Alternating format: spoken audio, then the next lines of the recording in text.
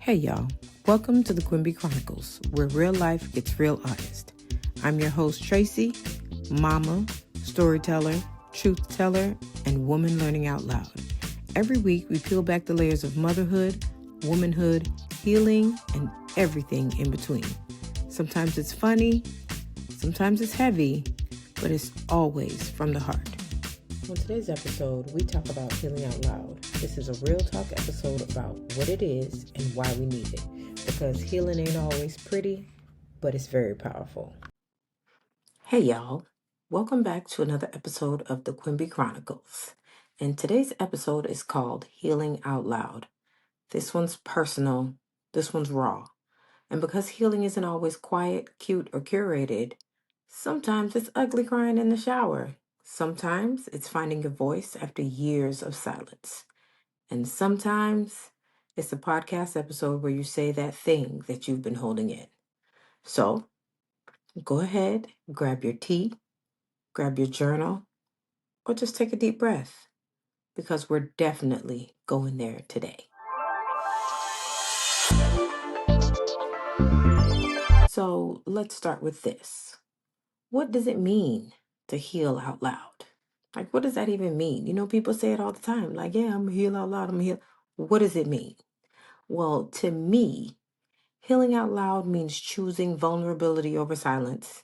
It means making space for my voice in a world that's tried to shut it down. And it means sharing my story, not for attention, but for connection. Because I truly, truly, truly believe that there's a power in saying I went through it and I'm still here. I went through whatever it is, but I'm still here. So healing out loud is about refusing to hide the hard parts because a lot of us, we stuff down those hard parts and we take the lessons that we've learned, but we don't take the time to honor the fight that it took to get us here. So healing out loud is about refusing to hide those parts, those hard parts. We don't owe anyone a polished version of our pain, and the process is the point. And a lot of times I think we forget to honor the process, okay? Now, speaking specifically to my sisters, Black women, we are taught to be strong. We're taught to hold it down. We're taught to push through. But that silence doesn't equal strength. It ends up equaling suffering. It ends up being trauma. And we carry that trauma in our bodies and our bones. We even carry it in our DNA. And so many of us are healing privately because we've been told it's shameful to speak. But here's the truth. I believe you can't heal what you hide. And, myself growing up in a Caribbean household, what? No. Okay. You better hold all that stuff in. Well, and I mean, not that it was said, but that was just at the time, dealing with mental health and stuff like that. It just wasn't a thing, So now as an adult, I've realized that when we heal out loud, we give other Black women permission to do the same. When we heal out loud, we're saying, you're not alone in this. We're in this with you.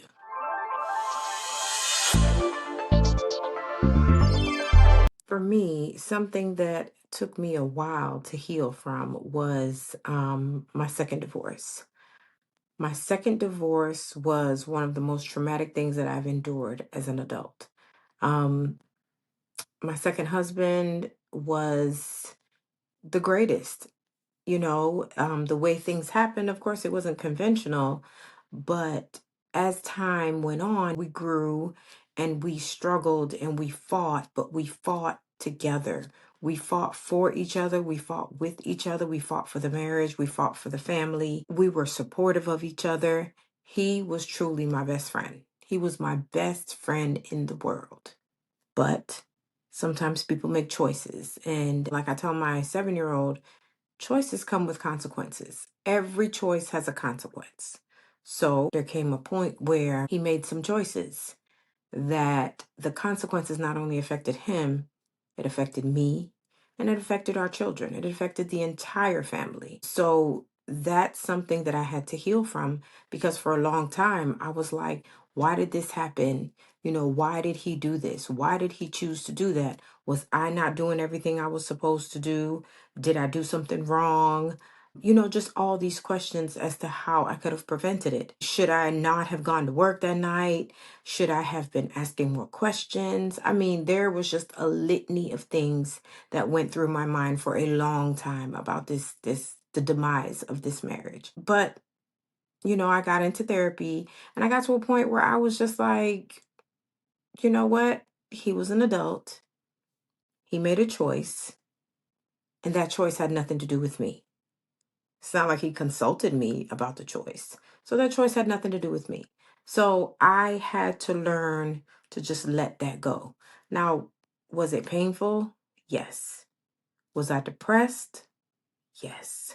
Was I broken? Yes. There were times where I had to be the shield. I had to shield my children. So there were times where I'm dropping my kids off at school, and I remember one morning vividly, I was on my way to work because at the time I was already a nurse.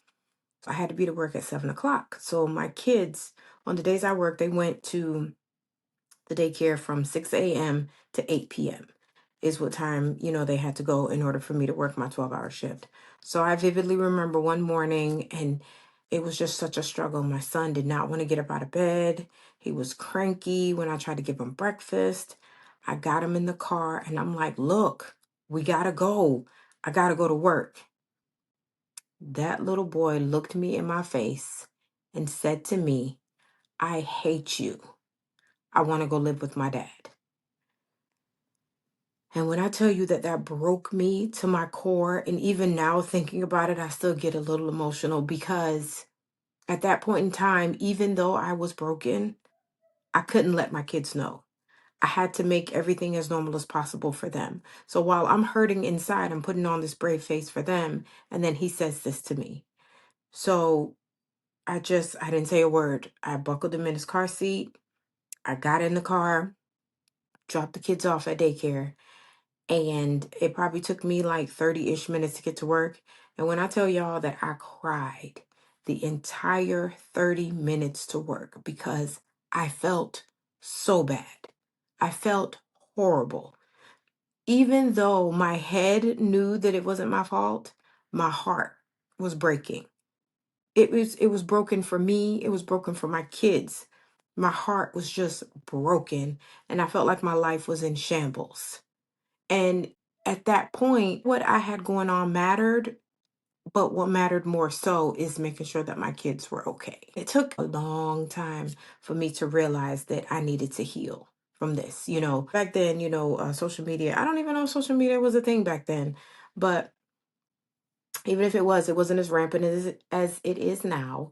And there weren't these posts like, I could only imagine now where the posts are like, you got this girl, you strong, his loss, and all those things are fine. But what about the hurt? What about the grieving for that relationship and the grieving for the family that I thought was going to be mine? What about grieving my happily ever after? Because that's basically what it was. It was the death of my happily ever after. I mean, and I started rethinking and I'm like, oh my gosh, we went to premarital counseling. We went to church together on a regular basis. We had meaningful conversations about stuff. I mean, there were so many, and I'm like, oh my gosh, I thought we did everything right. And still, here I am, heartbroken, separated, single mom of 3 kids, so I had to heal. I had to heal. So when the time came for me to heal, the time came for me to go to therapy and to really address all these things, the fear. There was a fear. I had a fear of being judged because people love to be like, oh, well, how could you not know? And how did you miss the signs? And my thing always has been, like I tell people all the time, no one sits around and looks for reasons for your spouse or your significant other to be in a bad situation or to accuse them of something. Well, I won't say no one, because some people probably do, but not everyone does that. And I'm one of those people who didn't do that. For me, I've always been face value. If I see it, then okay, I'm not going to go looking for it. And so the fear of being judged was almost paralyzing. I'm in therapy and I want to get help, but you don't want to tell the parts that are going to make you look less than perfect. So with that fear, then came a resistance to telling the whole truth. And I told some of the truth, but I would hold back in the beginning. Because I'm like, do I really trust this lady? Is she judging me? So, that fear came with resistance. Then after the resistance, finally, I was like, you know what? Screw it. I don't care how this made me looks. I want to get better. I want to do better. I want to heal. So here's the truth. And boom, I laid it all out on the table. And when I laid it all out on the table, yes, I cried. I ugly cried. I definitely ugly cried. Because like I said, this was a chapter of my life that went, for lack of a better expression, it went from sugar to shit in no time at all. It was like here I had this wonderful supportive man that was my husband. He was a great father. He was just, for me, he was everything. He was everything. To the kids, he was everything. And then this bombshell, this blow. So the tears came. I also released a lot of that weight that I had been carrying, that I didn't even realize that I had been carrying it. Okay. I was carrying so much weight on my shoulders, the weight of this entire thing. I'm carrying it on my shoulders. And literally, I was an innocent bystander. But still, as a mom, as a wife, I internalized that stuff, where his family was upset at me for what happened, which I was like, how are you upset at me? I was literally minding my business. I was at work. Like, what are you talking about? So it was a lot. It was a lot, so then the family dynamics changed drastically. So now my kids no longer are in a two-parent household. My in-laws are upset with me. My parents, my family is upset with him. And my kids are in the middle of it and confused and don't know what's going on and want to know why we're not seeing daddy every day. And of course, and then they're lashing out at me because I'm there. I'm the one. So once I was able to tell the whole truth and release all of that, oh my gosh, I felt so much better. Not saying I wasn't sad anymore or that it didn't affect me anymore, but I just felt so much better. Oh my gosh, I felt so much better once I released that, and I really started taking the steps to heal from that devastating blow of what was to be my divorce. So to be clear, healing out loud is very liberating, but unfortunately, it's not always safe because not everyone's going to understand and not everyone is going to clap for your growth. And you have to realize also that sometimes telling your truth will make people uncomfortable because just like I was uncomfortable when I first started therapy, I was uncomfortable with telling the parts of me, being vulnerable and showing those less than perfect parts of me. My truth is going to make people uncomfortable because it's going to show the less than perfect parts of them, but that discomfort, it wasn't my burden to carry because I'm not responsible for anybody else's feelings about my story because it's my story. So however people feel about my story, they're just going to have to deal with that. And I mean, we can talk about it, we can address it, but I don't know what to tell you. That's my story. That's the way I saw things. That's the way things affected me. Now, of course, if I'm walking around here giving intimate details of somebody's life, that's a whole nother something. But I'm telling my story. So me, I wanted to heal out loud. So once I started healing out loud, I found a community. I found clarity. I definitely gained some courage. And with that release, when I just let everything out, I definitely found me some freedom. It was wonderful. I think the freedom was the greatest part. The courage, I always knew I had it. It's just a matter of tapping into it and being brave enough to summon that courage. All right. So for those of you who want to begin healing out loud and have no idea how, let's get practical. So if you're wondering about it, here's where you can start.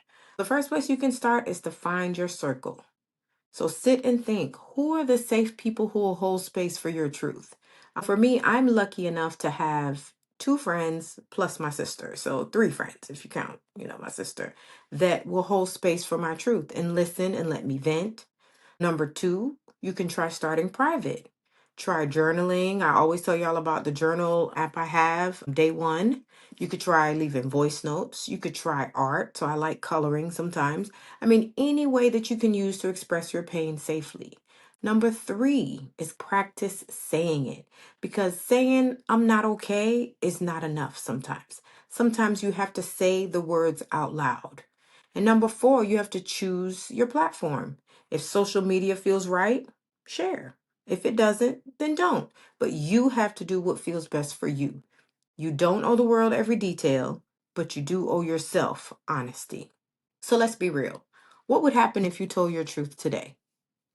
If this episode hit you somewhere deep, I'd love for you to share it, text it to a friend, post a clip of it, tag me, email me, DM me, because what I'm trying to build is a village of brave, bold mamas who refuse to suffer in silence, because we have suffered in silence for too long.